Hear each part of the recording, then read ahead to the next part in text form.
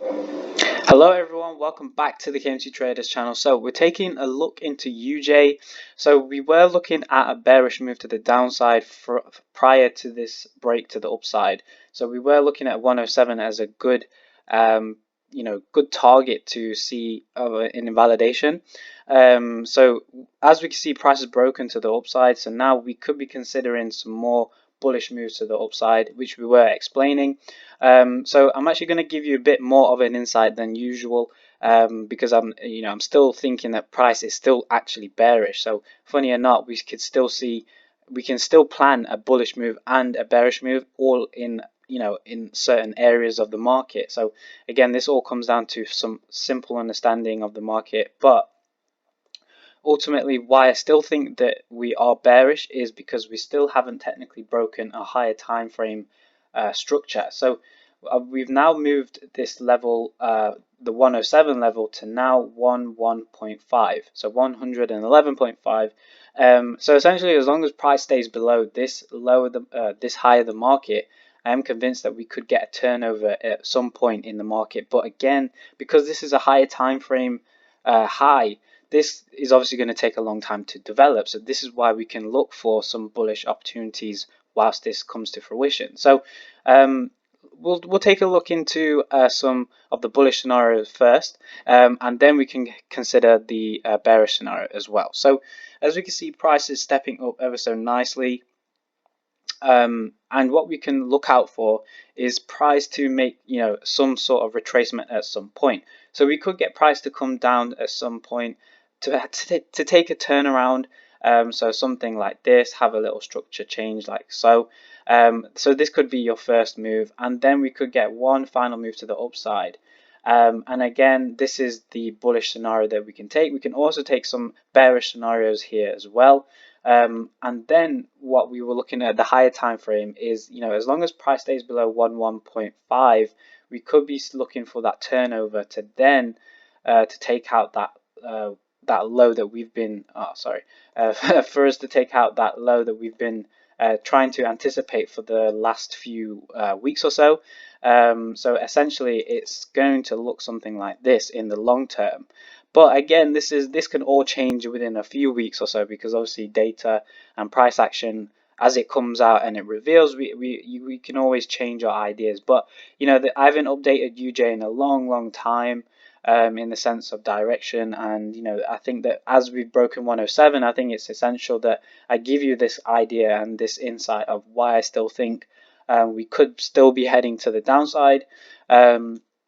And again, let's take a look at what price is doing on the RSI. So we can see that we're overbought, so that's why I'm looking at some retracement options. That doesn't mean that price has to turn around at this point. Price could make one final push up and then that shift to the downside. Again, like I always say, keep that into consideration. Don't forget any of this, obviously. Again, this is just tips in the market with the indicator. You don't always take a trade based on the RSI. That's always something I always tell, or preach, sort of thing. But yeah, so looking at a retracement to the downside at some point. So I'm not too sure how many pips this is, but okay, so it's a good 200 pips. So again, they're still worthy in my eyes to take some trades here. So we do have all these turning points that we can trade off, and again, that's the beauty of the market. You don't have to have a strong bias to one direction. You can have all these multiple ways. So yeah, so this is just a kind of map of where I'm thinking price could head into.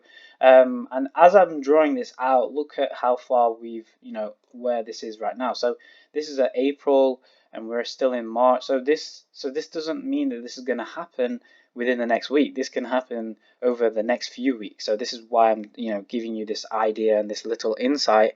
And as we go along with UJ, if you follow us through the full market analysis, you'll be able to see this case study come to fruition. We can start to potentially look at when the next turning point is as the next step comes. So so for now, the main takeaway is really just to understand the future map. So where I'm thinking price could head overall in the long term, we are looking at 11.5 in the absolute long term, in the sense that if price does go above this level, we will be bullish. So then this would therefore mean that the move to the downside won't be valid.